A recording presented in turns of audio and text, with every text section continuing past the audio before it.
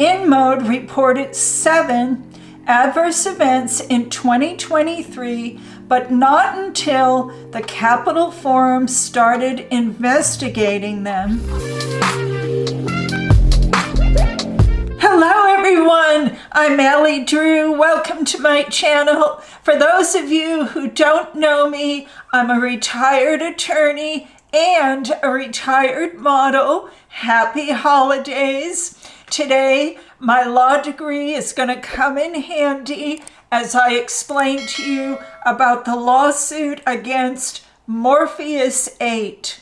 Before I get into the lawsuit, I want to share an interesting hair tool. It's a blow dryer holder you can use to style your hair with 2 hands. This is a brilliant idea. You can mount it in your bathroom, or you can use the suction cups and mount the device on your mirror. It's great to use your blow dryer hands-free so you can perfect your style. It's great for those who have dexterity issues too. I will put the link in the description box below. It makes styling your hair so much easier. Back to the lawsuit. At the outset, I want to explain that a lawsuit doesn't mean that a person or a product is liable. It's very easy to file a lawsuit against someone or a product. That doesn't mean they're liable. This lawsuit could go away. It could get dismissed. The plaintiffs could be ordered to pay legal fees. On the other hand, Morpheus8 could be found liable and the plaintiffs could receive compensation. This video is about a class action lawsuit filed against InMode Aesthetics, a leading manufacturer of radio frequency technology and the designer of Morpheus8. When I refer to Morpheus8 in this video, I'm going to refer to them as InMode. What is a class action lawsuit? Most courts, but not all, generally require about 40 or more plaintiffs to be part of the class, although there is no set number. It's more efficient for the court, and any damages are equitably divided. The plaintiffs all have similar claims. In this lawsuit, the plaintiffs, who are the investors, filed a class action lawsuit on February 14th, 2024 against InMode. They allege that they bought InMode stock at artificially inflated prices. They also allege that InMode discounted products and overstated demands for its products, hid compliance issues, and threatened, yes, threatened customers who complained about its devices and sales tactics. Manufacturers are required to report to the FDA, the Food and Drug Administration, whenever there are serious injuries or malfunctions caused by a device. These are called adverse events. I know about adverse events from my video on vitamins. The FDA relies on accurate, complete, and timely safety information to protect the public and evaluate a product's safety profile. Failure to comply may result in enforcement action. Consumers who have had the Morpheus8 device used on them can also report adverse events to the FDA. I decided to go on the FDA website to see if InMode had reported any adverse events to the FDA. I saw many adverse events reported by people who had received treatment from the device. There were 4 pages of adverse events. Some of them were also continuations of complaints. I also saw that there were many personal injury lawsuits filed against InMode. In fact, InMode has been the subject of dozens of personal injury lawsuits. In any event, let's look at some of these adverse events. This first one is a heartbreaking adverse event. Patient problems, deformity, disfigurement, cramps, muscle spasms, unspecified tissue injury. Event description. Well, little did I know on December 5th, and looks like there's a typo, my life changed forever. B6 was the provider that had done this procedure and literally melted my face, causing severe facial damage, especially to my right eye. She used the needle depth on 2.6 on my thin face and also under both eyes. And my medical records from my eye doctor says that I got blunt force trauma to my right eye. This is where I felt the needle penetrate through my right eye. And now I have busted capillaries all over my face, and I have muscle spasms around my mouth, causing my mouth to fly open where I can't control it. Also, my right side of my face is caved in. I found no response by InMode to this adverse event. I put in that claim number and nothing came up. If they responded, I didn't see it on this site. Let's move on to some more adverse events. Full thickness, 3rd degree burn, and this was to the woman's thigh. 3rd degree burns almost always leave scars, by the way. InMode knew about this because they responded to the adverse event by stating, full thickness burns on a female patient treated with Morpheus8. Investigation is ongoing. Follow-up report is submitted with investigation conclusions. Technical inspection of the device did not reveal any issues that could have led to the reported burn. Investigation attributed the root cause to user error. The treatment settings were extremely aggressive and completely not congruent with the instructions for use. Multiple passes were done at multiple depths with energy exceeding the recommended. Pulsing was done with high overlap with multiple pulses on the same spot, an extremely high number of total pulses. All this combined with patient not having a thick fat layer. Here's another adverse event, full thickness, 3rd degree burn. Event description, full thickness burns on upper arms post Morpheus8 treatment.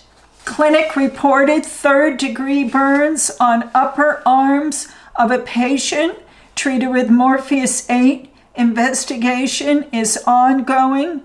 Follow-up report is submitted with investigation results. No technical issues were found upon inspection of the device. The root cause is attributed to user error. The operator utilized extremely aggressive treatment perimeters, multiple pulsing at various depths on the same spot with excessive energy levels, not congruent with the instruction for use, causing severe tissue damage. Customer was retrained. And the final adverse event I want to read to you is use of incorrect control treatment settings. And the patient problem was or is scar tissue on the forehead or permanent scarring. and the event type is injury. The manufacturer narrative. Investigation concluded that the root cause can be attributed to a user error. The treatment was performed with extremely high energy levels, not congruent with the instructions for use, and incorrect technique, leading to thermal and mechanical damage of the treated area, which later resulted in scars. The device was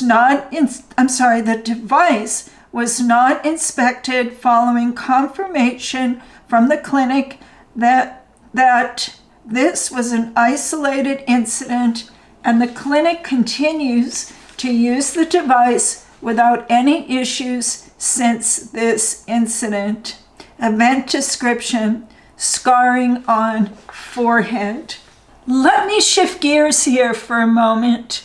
The Capital Forum is a reporting outlet that investigates corporations among other corporate issues. The Capital Forum reported that InMode reported 7 adverse events in 2023, but not until the Capital Forum started investigating them. The Capital Forum asked InMode, why didn't they submit these adverse events in 2021, which is when they happened?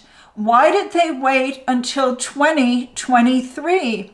The FDA requires that product manufacturers report the adverse events within 30 days of the adverse event. InMode didn't respond. Now, I know some of you have had great results from the device, so I looked up, what does Morpheus8 do? And this is what I got. It tightens and contours the skin. It reduces the appearance of fine lines and wrinkles and acne scars. It improves skin texture. It treats dilated pores. It reduces the appearance of sun damage, and it stimulates collagen production. So then I went on YouTube to see what physicians had to say about the device. And here's what I came up with. The skill of the provider is crucial. The lack of skill of the provider could trigger unwanted fat loss in the volume of the face. The heating could reduce the fat in your face. It's less about the device being bad, it's more about the provider. Your facial assessment is key. Provider has to do hundreds of faces. Hundreds. Morpheus8 can cause complications if not performed correctly, and the doctor who performs Morpheus8 can have a significant impact on the results. Significant impact. Was there a lapse in judgment about training for this device? Was it too costly? Would they not have been able to sell the device if more stringent training were a requirement that went along with the device? We want manufacturers to produce technology that's going to make us look good, but we want them to make it safe so we can avoid disfigurement. I am here to inform my subscribers and viewers, you are my top priority. If you're going to use this device, do research into the operator's experience and training. How do you do that?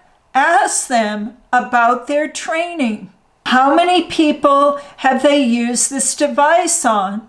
Tell them you want references. Do they have complaints with the state medical board? not the American Medical Association, the state medical board. I'm going to be 65 this month.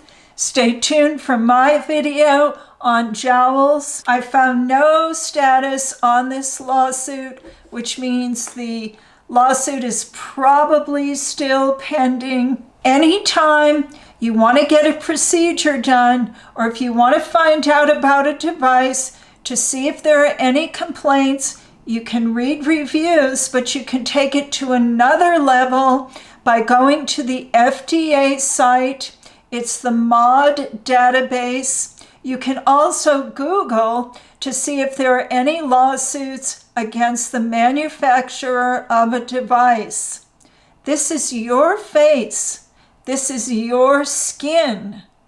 InMode has several other devices that they manufacture. I'm going to put them in the description box below so you can see what else they want you to put on your skin. Be cautious, everyone. Be safe. Again, I'm Alli Drew. I'm a retired attorney and a retired model. Please subscribe. Thank you so much for watching. I'll see you on the next video. Again, thank you for watching.